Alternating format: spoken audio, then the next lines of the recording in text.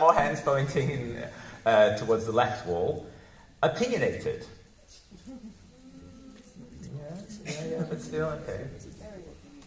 Exams. Well, there's still more exams that older learners have to face in their life. Songs and chants, and higher order thinking skills. So if you see, we kind of agree, and if I had to summarize these different characteristics, we'll see that it's not so much the way children or older learners learn, it's the way we teach them. Okay, well, in a way. But there's also, of course, fundamental differences in the way they themselves perceive language. So for children, and especially for those children who picked up language, those who didn't formally study language in the classroom, they see language as merely as a tool for communication.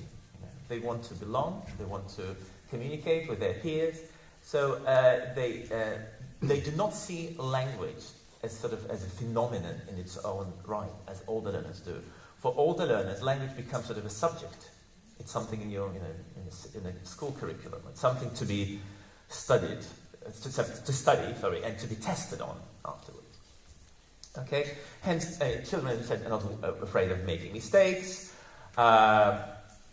Whereas older learners, when they come into foreign language learning, they come already with their world knowledge, with metalinguistic awareness. They already know what a noun is, what a verb is from their first language, from their L1 learning. And of course they have different goals, different motivations, they have job interviews to go to, and Cambridge exams to pass, etc.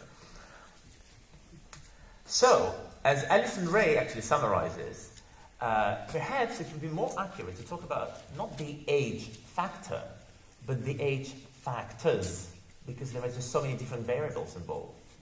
As I said, different goals, different needs, different settings. And she says this, and I'll just let you read it for a second.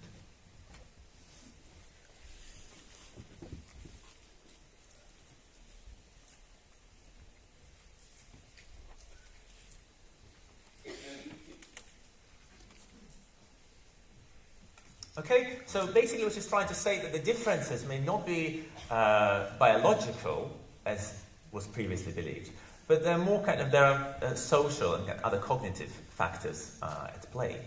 So let's look at how really young infants acquire language.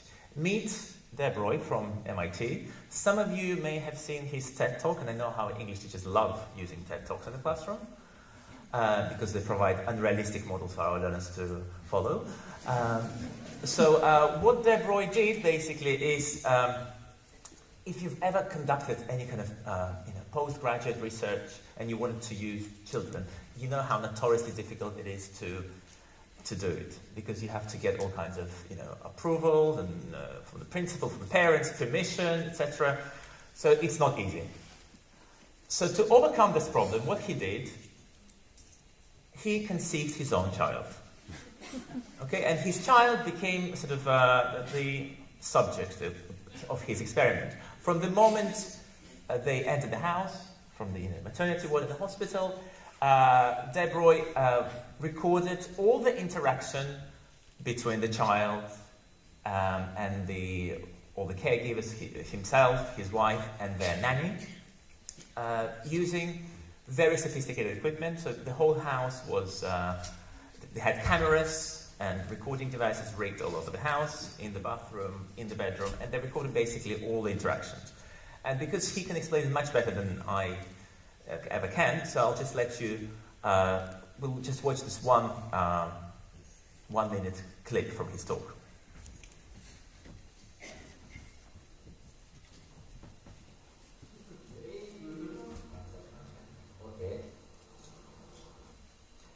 This moment, and thousands of other moments special for us, were captured in our home, because in every room in the house, if you looked up, you'd see a camera and a microphone, and if you look down, you get this bird's eye view of the room. Here's our living room, the baby bedroom, kitchen, dining room, and the rest of the house.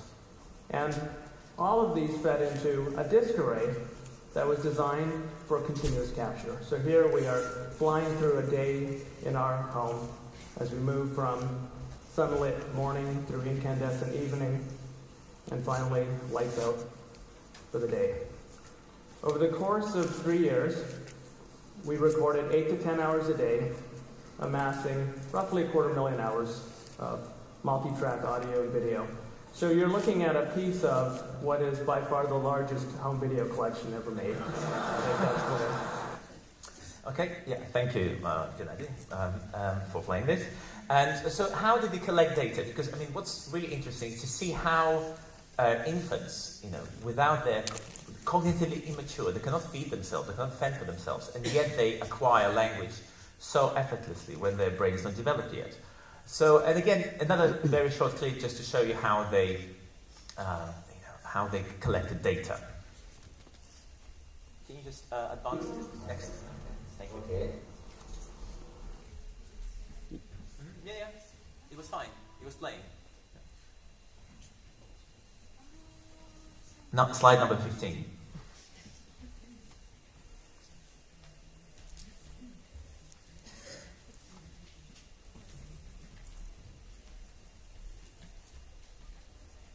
In this video, again, my son is being traced out. He's leaving red ink behind, and there's our nanny by the door. You want water? All right. She offers water, and off go the two worms over to the kitchen to get water.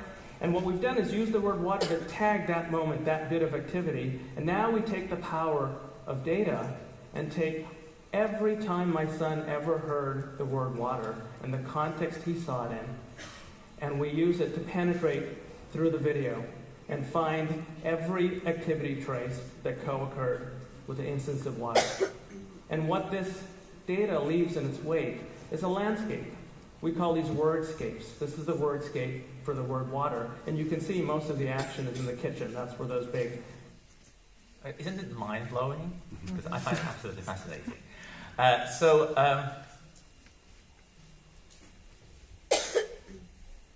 Ink behind, and there's our nanny. My son is... Can you please advance to the next slide, and I think then I'll be able to take control of this again. Yeah?